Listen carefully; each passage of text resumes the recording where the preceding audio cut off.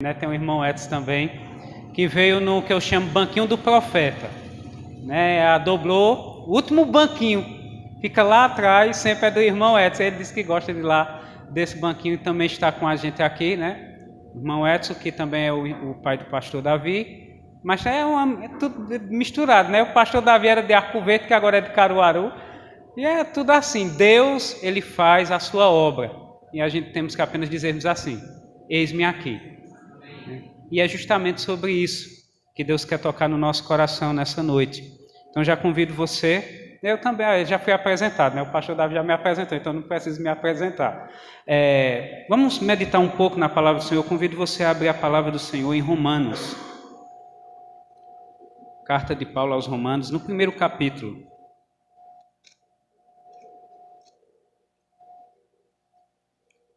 Primeiro capítulo da carta de Paulo aos Romanos.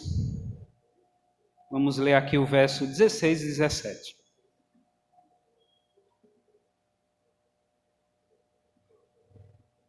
Amém? Quer que eu identifique que você encontrou a referência, você diz glória a Deus. Amém. Se alguém não encontrou, diga eu preciso de escola bíblica dominical, já para o pastor poder identificar. Primeiro capítulo de Romanos, capítulo 1, versículo 16, vai dizer o seguinte: pois não me envergonho do evangelho, porque ele é o quê? Poder de Deus, para a salvação de todo aquele que crê, primeiro do judeu, também do grego. Pois a justiça de Deus se revela no evangelho, de fé em fé, como está escrito: o justo viverá pela fé. Ou então, o justo viverá por fé. Senhor, que tua palavra, Pai, possa ser aplicada em nosso coração pelo teu Espírito Santo. Diminui, Pai, o pregador nesta noite, mas que o teu Espírito Santo, Pai, possa ministrar no nosso coração a tua palavra, que é mais penetrante do que espada alguma de dois gumes, que vai, Pai, em divisão entre alma e espírito, entre juntas e medulas, e é apta para discernir todos os pensamentos humanos. Que a tua palavra, Senhor, produza em nós vida, transformação, vida eterna. É isso que eu oro, Pai, e te agradeço em nome de Jesus. Pois não me envergonho do evangelho, pois ele é poder de Deus para a salvação de todo aquele que crê, primeiro do judeu, também do grego. Porque a justiça de Deus se revela no evangelho de fé em fé, como está escrito: o justo viverá por fé. Então temos que entender essa afirmação do Espírito Santo que está em toda a Escritura do Senhor, e essa afirmação do Espírito Santo que tem vencido tempos, histórias e gerações, e que tem influenciado a vida de santos homens de Deus e avivado em todas as épocas o seu povo com essa frase, com este poder e principalmente com esse ensinamento e direcionamento do Senhor: o justo viverá pela fé. Se entendermos a profundidade dessa palavra, vamos ter uma vida plena do poder de Deus sobre a nossa vida. Quando entendemos o que é viver pela fé, o justo que vive por fé, vamos entender que todas as coisas estão no controle do Alfa, do Ômega. Como ele mesmo fala lá no último livro, em sua revelação, ele fala: pois eu sou o Alfa e o Ômega, o princípio e o fim. Sabe o que é que Jesus está dizendo aí? Ele está dizendo: olha, eu estou no princípio, antes de todas as coisas, antes do próprio princípio, eu já estava, eu sou. E lá no fim, eu também estarei. Então todas as coisas estão no controle das minhas mãos. E é por isso que a continuação ele vai dizer: eu sou o Todo-Poderoso. Porque todo poder reside no Senhor. E Ele está no controle de toda a nossa vida. O problema é que no decurso dessa vida, no percurso dela, muitas das vezes nós não cremos no Senhor. Nós abdicamos da nossa fé. Estamos dentro da igreja, estamos lendo a palavra, estamos louvando muitas das vezes. Tenho fé. Ou então posso crer, né? isso, mas quando chega um momento difícil, quando passamos pelo vale da sombra e da morte, tememos e não confiamos no Senhor.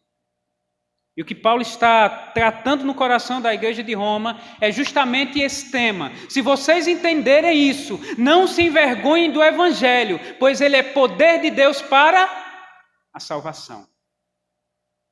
A primeira coisa que devemos entender é que essa justiça de Deus que emana do Evangelho, ela só é manifestada na sua plenitude através do Evangelho. O Evangelho, ele abre o leque, ele transparece para nós os mistérios de Deus que estavam ocultos em outros tempos. E Paulo, ele é perito em justamente ver o que Deus profetizou desde o início, através de começar dos nossos primeiros pais, mesmo antes da queda e na queda, e até nós, que Deus está no controle de todas as coisas. E as coisas que estavam ocultas no velho e que são reveladas no novo, Paulo ele é perito em trazer essa plena certeza de que devemos confiar plenamente no Deus que escreveu a nossa história. No Deus que está no controle da nossa vida. E que o final que ele profetizou para nós e que ele direcionou para nós não é de mal, mas é de paz. O profeta já dizia em outro momento: bem sei eu os pensamentos que tenho a vosso respeito, diz o Senhor, pensamentos de paz, e não para dar o fim que vocês necessitam, que vocês querem. E vocês passarão a orar a mim, e eu vos ouvirei. Buscar-me-eis e me achareis, quando me buscardes de todo o vosso coração. Essa introdução é para que nós entendamos que a fé que devemos ter, ela tem que estar fundamentada unicamente no Senhor. E esse Senhor se revela no Evangelho. É por isso que Paulo começa justamente dizendo isso no versículo 16. Não me envergonho do Evangelho, pois ele é o poder de Deus para a salvação de todo o que crê, primeiro do judeu, como também do grego. O interessante de entender que o Evangelho manifesta o poder de Deus para a salvação porque só através do Evangelho é que vamos entender quem é o Cristo. E ele, sim, é o centro de todas as coisas. Não é você, não sou eu. Não é a igreja do Nazareno em Caruaru, com 16 anos. Não é a igreja do Nazareno em Arco Verde, com 31. Não é a central de Recife. Não é nenhuma denominação. O centro é Jesus. Ele é o centro de todas as coisas. E talvez, se você tiver uma mente um pouco teológica, aí você vai dizer, se o Evangelho, ele é o poder para a salvação, e quem ainda não ouviu? Como eles serão salvos se o Evangelho não for pregado a ele? O texto de Romanos, esse primeiro capítulo, Paulo ele começa a trazer uma profundidade muito grande. Porque ele vai mostrar que Deus ele revela o seu poder não só através do Evangelho, mesmo que o Evangelho ele seja a plenitude dessa revelação, e ele vai mostrando isso, dizendo para todo o que nele crê. Mas se você não crê no Evangelho porque você não teve a oportunidade de ouvir, ou mesmo de ouvir, rejeitar, mas o texto vai continuar mais à frente dizendo, porque Deus manifestou todo o seu poder e os seus atributos invisíveis na sua criação. Todas as coisas, elas louvam ao Senhor. Todas as coisas convergem para o seu Criador. É impossível para alguém que não conheceu o Evangelho olhar para o céu e não saber que existe alguém que criou aquilo. Olhar para toda a exatidão do universo e a nossa pequenez em relação a ele e não saber que existe ainda um ser superior, maior, em sabedoria e em força, que sustenta todas essas coisas. Então, para aqueles que não creem no Evangelho ou que não ouviram o Evangelho, ainda é indesculpável dizer que não há Deus, porque Deus demonstra o seu poder de tudo que ele criou. Mas estamos falando de nós, aquele que ouvimos o Evangelho e cremos. E para nós, há uma porção maior. Se você crer no Evangelho, se você crer na revelação do unigênito de Deus na terra, da sua morte, da sua ressurreição e de tudo que o Evangelho proporcionou para o crente, você não pode, em nenhum momento da sua vida, agir como descrente. É pesado. Você tem que confiar plenamente que Deus está no controle de todas as coisas. E sabe qual é o interessante disso? Você alcança isso com a sua experiência, né?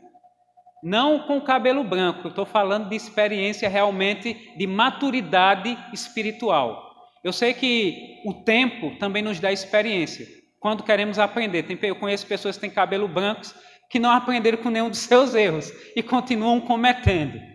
Mas quando amadurecemos em Deus, a gente aprende com as coisas. Estava eu pronto, calculando o meu dia antes do dia começar. Quinta-feira. Vou para o trabalho, vou para casa para o almoço. Estava calculando tudo, 1 hora só de almoço, né? Homens de honra. Mas antes de homens de honra, eu vou para a academia, né? Homens de honra, eu tenho que chegar lá forte. Irmãos, programei todo o meu dia. E aí, começa a dar errado a primeira coisa. Quando eu estou saindo do trabalho, final do expediente, eu tenho que ir para uma reunião de uma audiência de uma ovelha lá da igreja, porque o pai dele tinha falecido, e a gente não conseguiu o atestado de óbito. Ele não recebeu a certidão de óbito, porque o corpo já estava em uma forma difícil. Entre outras complicações, eu sei que a gente fez o enterro, aconteceu tudo, mas não teve ninguém que comprovasse a morte. Então, a gente tinha que judicialmente provar isso. E eu, como pastor, amigo de trabalho e irmão, e que vi tudo e que providenciei tudo, tive que ir lá também dar meu depoimento lá na primeira vara de Arco Verde, né? Lá no fórum. E aí a gente teve que se encontrar com um advogado para ele dizer mais ou menos como ia acontecer. Aí já saiu o horário, né? Academia, acabou-se. Não tem nada não tem academia, mas eu vou chegar em casa, me preparar, os homens de honra, vou ajeitar tudo. Quando eu fecho a porta do carro, a chave está na ignição. Passei o resto da tarde, do final da tarde, até 7h30, quando começam os homens de honra, vendo todo tipo de tutorial para arrombar meu próprio carro. E eu só aprendi uma coisa: se não der certo ser pastor e nem escrevente de cartório, eu não sirvo para ser ladrão de carro. 2 horas de tentativa, eu não consegui abrir meu próprio carro. Graças a Deus.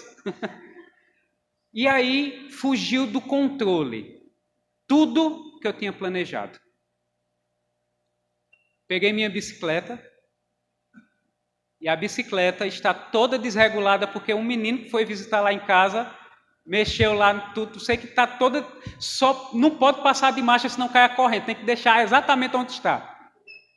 E está na mais levinha que existe, aquela que você pedala e não sai do lugar. Monto na minha bike a menos de 1 por hora para ir para os homens de honra. E quando pego lá, graças a Deus que é mais descida, né, que ajuda, eu ia sorrindo e dizendo: todas as coisas cooperam para o bem dos que amam a Deus e que foram chamados segundo o seu propósito.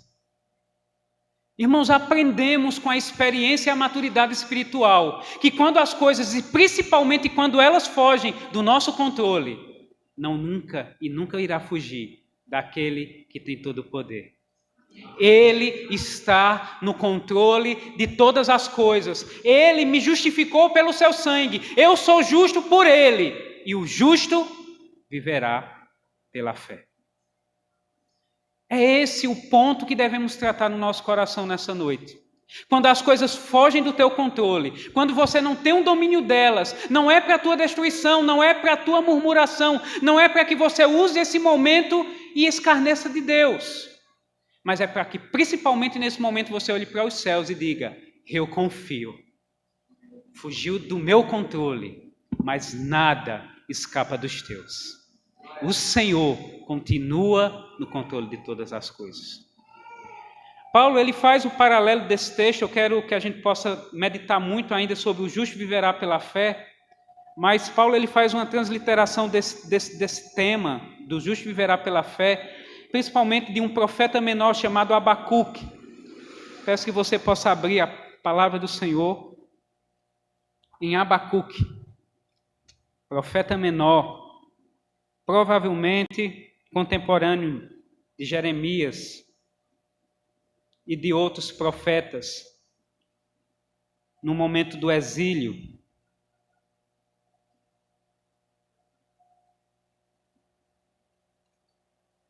Abacuque, se você não conseguir achar Abacuque, você está precisando mais folhear a Bíblia. Amém? Eu vou dar uma ajuda a você. Se você me perguntar onde está, eu vou dizer, Naum responderei. Dica como essa é preciosa. Naum responderei, viu? Abacuque. O livro de Abacuque é muito interessante. Ele só tem 3 capítulos.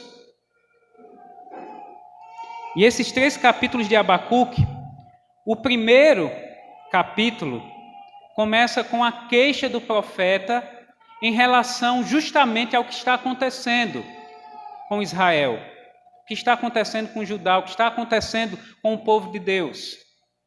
E ele questiona justamente, eu quero que possamos ler o começo aqui, sentença revelada ao profeta Abacuque. Olha só como é que ele começa a queixa. Até quando, Senhor, clamarei pedindo ajuda e tu não me ouvirás? Até quando gritarei violência e tu não salvarás? Porque me fazes ver a iniquidade? Porque toleras a opressão? Pois a destruição e a violência estão diante de mim. Há litígios e surgem discórdias. Por isso a lei se afrouxa e a justiça nunca se manifesta. Porque os ímpios cercam os justos e assim a justiça é distorcida. Olha a queixa do profeta. Se você vê alguma coincidência com o nosso tempo, é porque de fato é bem parecido. As coisas estão sendo distorcidas, a violência está contida no mundo todo. A lei se afrouxa. Mas deixa eu dizer a você, ainda existe o povo justo. O sangue do Cordeiro ainda está sobre a igreja do Senhor. Há ainda um povo remido, há um povo salvo. Ainda há aqueles que vão pelo nome do Senhor. Ainda há aqueles que entendem que mesmo que tudo esteja de pernas para o ar, mesmo que tudo esteja distorcido, mesmo que os valores estejam em inversão, mas aqueles que guardam a palavra de Deus, aqueles que confiam no Senhor, permanecem para sempre. Vamos lá para aquele salmo tão conhecido, né? Os que confiam no Senhor serão como os montes de Sião, que não se abalam, mas permanecem para sempre. Pois assim como os montes estão à volta de Jerusalém, o Senhor está à volta do seu povo. Olha o que o texto fala, olha o texto de confiança, de fé, não importa o que aconteça, assim como Jerusalém está cercada pelos montes, Deus cerca os que confiam nele e nada nos abalará. Esse deve ser a nossa confiança. E Abacuque, ele não está vivendo isso. Abacuque está questionando, ele está com queixa, dizendo, por que tanta violência? Por que o Senhor coloca diante dos meus olhos tantas essas coisas? Por que a lei está frouxa? Por que o ímpio está cercando o justo? Por que não vemos a justiça? Ele estava querendo uma ação imediata de Deus na história, no tempo, no decorrer do povo. Você sabe qual é a resposta de Deus? Depois lê Abacuque mais. Mas eu vou dar para você um pouco do contexto. Deus vai e responde, dizendo, olha, fica tranquilo, filho, porque eu tenho levantado um povo, os caldeus, e eles vão ajuntar o que eles não semearam. Eles vão pegar aquilo que não é deles. Eles vão morar aonde eles não construíram. E eles serão implacáveis. Seus cavalos são fortes, são ligeiros. E ele vai dizendo como eles são implacáveis. E fique tranquilo, eles dominarão todos vocês, o meu povo. Aí vem o quê? A segunda queixa do profeta. Senhor, como é que o Senhor vai usar esse povo como disciplina para nós? E eu quero que diante das queixas de Abacuque você entenda o que Paulo estava falando aos romanos. Olha, porque não me envergonho do evangelho, pois ele é poder de Deus para a salvação de todo que? Primeiro, depois, primeiro do judeu. Mas sabe o que é que Deus está tratando com o Abacuque, com o profeta? Meu filho, não importa se você é o meu povo.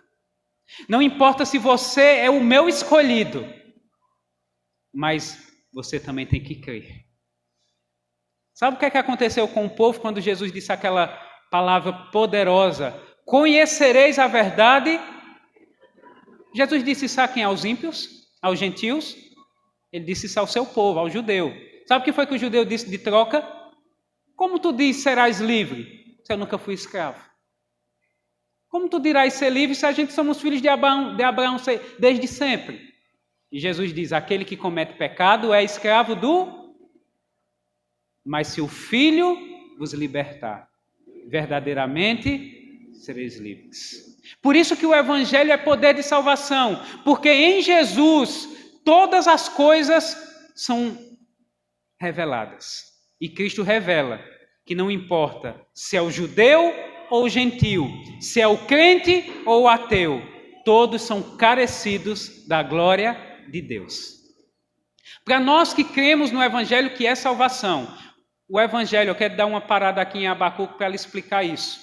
O Evangelho, ele vai revelar inúmeros princípios da glória de Deus. Mas eu quero citar alguns. Primeira coisa que o Evangelho vai nos revelar, nos dá como princípio. O Evangelho nos revela que a criação foi perfeita. Mas ela caiu da graça.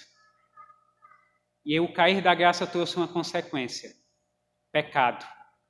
E o salário do pecado é a morte. O Evangelho vai revelar que todos nós tínhamos apenas essa recompensa. Somos pecadores em Adão. Não somos nem pelagianos nem semi-pelagianos. Sim, herdamos o pecado original. Não tivemos escolha disso. O pecado original entrou sobre toda a raça de Adão. Romanos 5 vai falar isso, a partir do 12. Porque pelo pecado, pois através de Adão entrou no mundo o pecado, e consequentemente com o pecado a morte. Mas assim como o pecado entrou por um, e muitos se tornaram pecadores, e pela ofensa de muitos, diferente do pecado, pelo ato de justiça de um só, a saber, Jesus, todos se tornaram justos. Então o Evangelho nos mostra que, como Paulo fala no capítulo 3 de Romanos, não há um justo sequer. Todos se perderam, todos se extraviaram, todos se fizeram inúteis, não há quem entenda, não há quem busque a Deus, não há quem faça o bem. Essa é a condição de todo ser humano sem a fé e a salvação em Jesus Cristo. Mas o Evangelho nos mostra que Jesus derramou o seu sangue, e como propiciação pelos nossos pecados, aí a gente vai ver a santificação inicial da Igreja do Nazareno sendo falada. Pelo ato judicial de Deus, ele nos justificou, nos regenerou e nos adotou. E por causa disso somos justos. E agora, por fé em Jesus, temos que dar a nossa vida completamente a isso. A obra e ao chamado de Jesus na nossa vida. Mas voltando para Abacuque, a segunda queixa dele é: você vai usar esse povo como disciplina para Israel? Senhor, e ele questiona. E depois que ele questiona, a resposta de Deus no capítulo 2, e eu quero que possamos ver, principalmente a parte aqui, em que Paulo faz a transliteração do texto, mas vamos ler logo a partir do 1. partir do 2, na realidade, capítulo 2, verso 2. O Senhor me respondeu e disse: escreve a visão e torna bem legível sobre as tábuas, para que possa ser lida até por quem passar correndo, porque a visão ainda está para se cumprir. No tempo determinado, ela se apressa para o fim e não falhará. Mesmo que pareça demorar, espere, porque certamente virá e não tardará. Eis que a sua alma está orgulhosa, a sua alma não é reta nele, mas o justo viverá pela fé. Assim como o vinho é enganoso, também o arrogante não se contém. O seu apetite é como a sepultura, e ele é como a morte, nunca se farta. Ele junta para si de todas as nações e congrega todos os povos. Depois que o Senhor dá essa palavra ao profeta Abacuque, ele vai dar os ais aos caldeus e vai mostrar o que é o fim desse povo que é tão implacável quanto o povo de Deus. Então eles vão ter o pago deles, vão ter o pagamento deles. Mas Deus está tratando diretamente com o profeta. Você tem que confiar naquele que está no controle de todas as coisas. E é por isso que ele vai falar no capítulo 2, na sua segunda resposta, ao segundo momento de lamento, de queixa do profeta, dizendo: o justo viverá pela fé. E aí, quando o profeta entende, quando ele vê o relato do que vai acontecer com os caldeus, porque Deus vai dizer os 5 ais do que vai acontecer com aquele povo, e entende que Deus está no controle, que Ele não está indiferente ao sofrimento humano. Deus não está indiferente com as coisas que acontecem na mais singela das coisas que acontecem conosco, nas coisas que parecem ser mais medíocres da nossa vida, na simplicidade, nos detalhes do nosso acordar e do nosso deitar. Deus está no controle de todas as coisas. Alguns irmãos podem até dizer, né? Como diz a palavra de Deus, não cai uma folha de uma árvore se não for da permissão de Deus. Mas não é um texto bíblico não, viu, irmãos? Mas tudo bem, mas é uma verdade. Deus está no controle do bater das asas de uma borboleta. E Ele está no controle da tua vida. Por isso, por que você se desespera?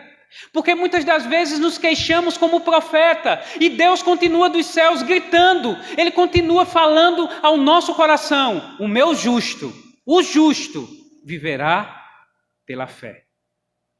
Quando o profeta entende que mesmo as coisas que ele não pode compreender, mesmo as coisas que fogem do seu controle, eles têm que colocar nas mãos de Deus. Quando ele entende que ele não precisa saber de todas as coisas. Não sei se isso acontece com o pastor Davi, mas eu creio que acontece com todos. Né? Isso é o agrilhão de todo pastor. Tem gente que quer que o pastor saiba de tudo, viu? Pastor, minha lâmpada lá estourou. E ela quer que você dê uma explicação até que porque a lâmpada estourou. E você tem que saber de eletricidade, de relatividade, né? Tem que saber de todas as leis de Fibonacci, tem que saber de tudo. Pastor, se não sou... Você não sabe, pastor. Teve uma vez que alguém me pegou de surpresa, eu tinha terminado de pregar, rapaz. Foi aquela pregação que eu mesmo... Não tem a pregação que você mesmo prega, que parece que quem se converte primeiro é você mesmo que pregou. Eu saí maravilhoso. Eu digo: eita Deus, tu falou primeiro, foi comigo, glória a Deus. E eu saí dali maravilhado. Quando eu chego na porta da igreja, a irmã: pastor, o senhor sabe o que é que diz lá em Marcos tal? Peraí, minha filha, terminei de pregar agora. Não estou lembrado nem o que diz. Não, é um menino que saiu correndo nu, com um lençol, e que o soldado pegou o lençol e ele saiu correndo nu. Pastor, o que significa aquilo? De minha filha? Deixa para depois. Eu não quero saber se o menino saiu correndo nu, quem foi que pegou, se era João Marcos ou se não era, quem era ou quem deixou de ser. Bom, a Bíblia diz que aconteceu, eu creio, mas depois nós explica porque ele saiu correndo nu. Mas agora só quero saber que Deus falou no meu coração, falou no seu, foi bênção, pastor. Então vamos comer essa comida, depois nós comemos outra. Não vamos misturar não, quando mistura muita coisa dá dor de estômago. E tem gente que quer que o pastor saiba de tudo. E o que a gente tem que entender, e o que Abacuque estava compreendendo aqui, o que Deus estava tratando no coração dele é: você não precisa saber de tudo, pois quem é Deus não é você, sou eu. apenas creia, apenas confie, apenas esteja no lugar que eu te plantei, que eu te coloquei. E eu me responsabilizo pelo resto.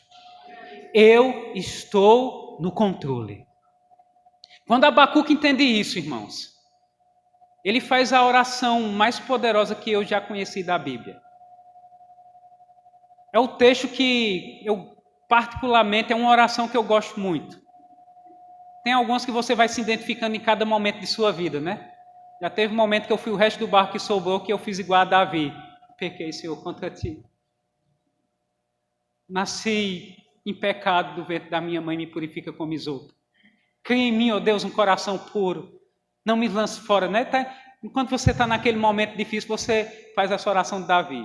Mas quando você está num momento que você não sabe o que está acontecendo, quando você está num momento quando vê a pandemia e depois da pandemia vem mais desastres acima de desastres e as coisas vão piorando e as inversões de valores vão acontecendo e você olha as coisas ficando piores cada vez mais.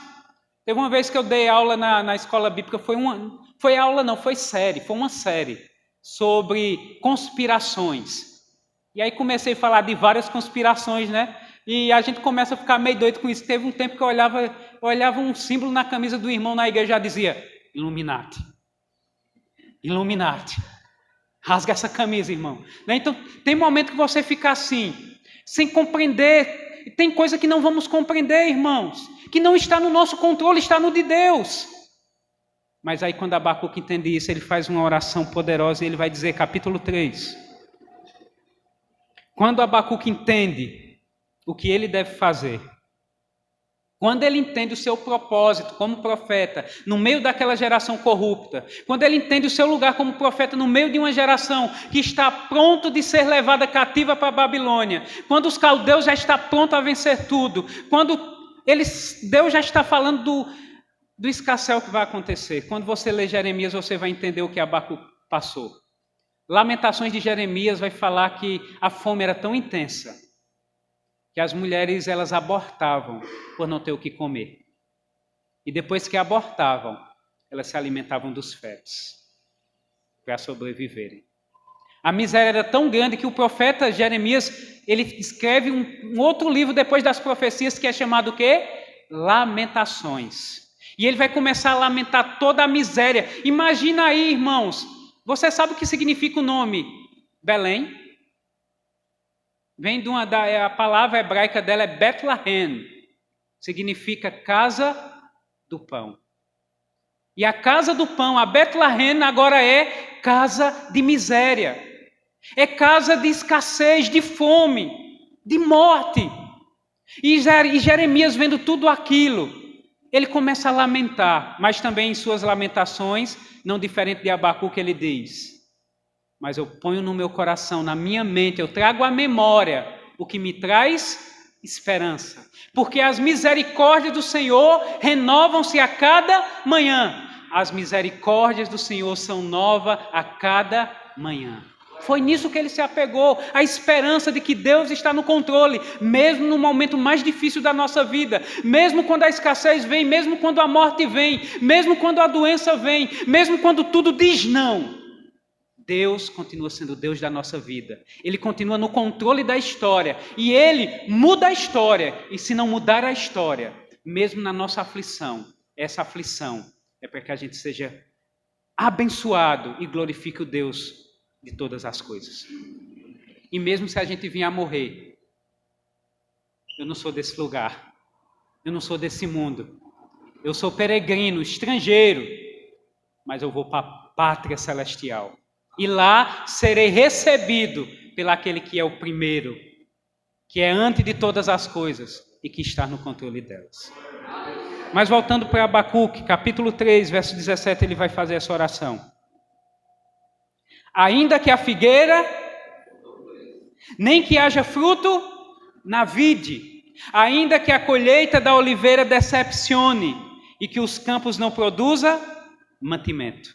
Ainda que as ovelhas desapareçam dos apriscos, ainda que os currais não haja mais o gado, mesmo assim, eu me alegro no Senhor, eu me exulto no Deus da minha, o Senhor é a minha fortaleza, Ele dá aos meus pés a ligeireza da coça e me faz andar sobre as minhas alturas. Ele nos faz andar acima dos nossos problemas, Ele nos faz andar acima das tribulações, Ele nos faz andar acima de qualquer coisa que venha assolar essa terra, que venha assolar nossa vida, que venha até assolar quem somos. Ele está acima de todas as coisas. E ainda que o sol venha a escurecer, ainda que a figueira não floresça, ainda que as ovelhas sejam arrebatadas, ainda que não haja o gado, ainda que não haja mantimento, eu me alegrarei no Deus da minha salvação. Essa é a confiança que devemos ter no Senhor. Pois o justo viverá pela fé. Eu quero caminhar para a concretização dessa palavra com o que o autor dos Hebreus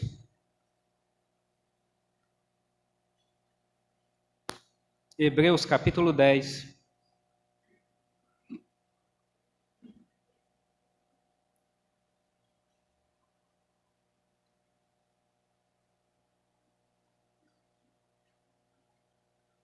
Hebreus 10, a partir do 35, vai dizer o seguinte: portanto, não percam a sua confiança. Não percam a confiança de vocês, porque ela traz uma grande recompensa.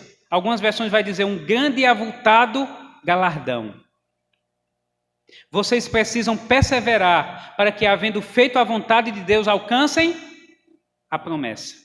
Porque dentro de pouco tempo aquele que vem virá e não tardará, mas o meu justo viverá pela fé. Mas se ele retroceder, a minha alma não tem prazer nele, não se agrada dele. Nós, porém, não somos dos que retrocedem para a perdição, mas do que somos da fé para a preservação da alma. Devemos continuar crendo no Deus que nos chamou. Não importa as circunstâncias, não importa o que você enfrente, não importa se fica difícil, não importa se fuja do teu controle. Mesmo que a bicicleta te leve apenas 1 por hora, vá para os homens de honra, cantando e dizendo: todas as coisas cooperam para o bem daqueles que amam a Deus e que foram chamados segundo o seu propósito. Confie. Sabe o que é que eu pensei? Eu disse: amanhã o chaveiro vem e tira. Mas talvez se eu tivesse ido nesse carro hoje, amanhã eu não estaria aqui. Devemos confiar, irmãos, no Senhor. Até quando a coisa parece ser ruim. E eu tive que pagar, né? Para ver alguém que fez em 5 segundos o que eu não fiz em 2 horas. Para ganhar R$70. Mas ele sabe fazer. Eu não. E graças a Deus que ele é um chaveiro, não um ladrão, senão ele podia ir lá depois roubar, né?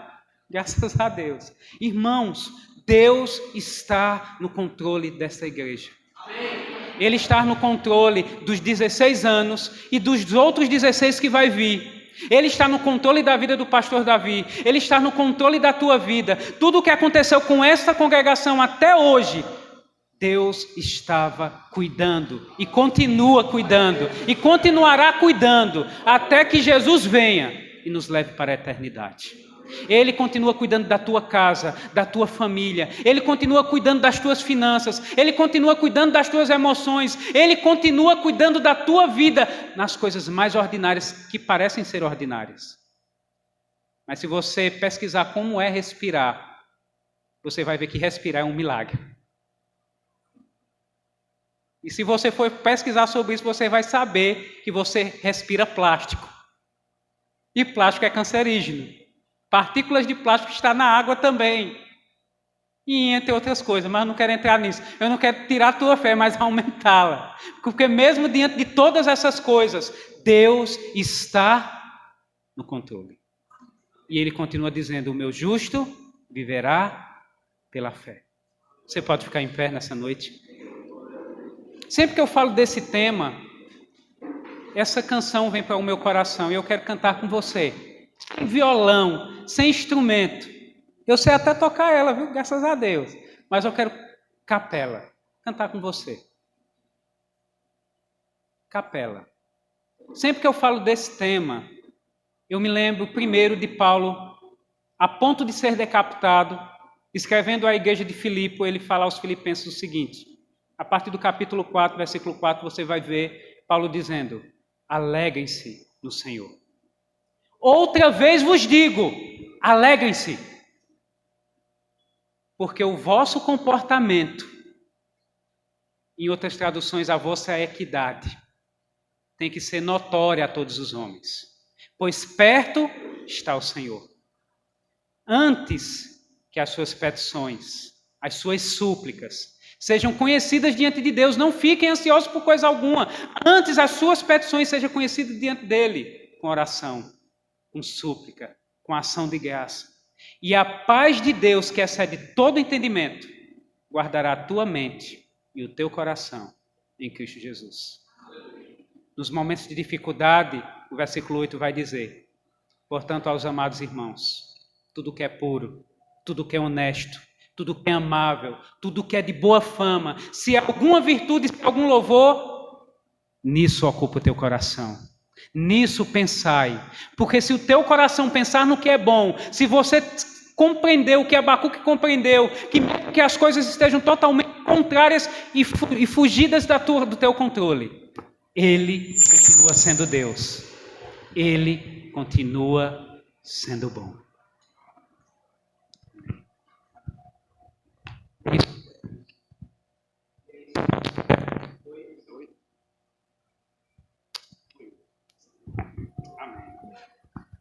E é isso, irmãos, que devemos entender. Ele continua no controle de todas as coisas. A canção que vamos fazer uma palhinha aqui foi de um cantor cristão, ou da harpa, né? Que quando compôs esse louvor, o seu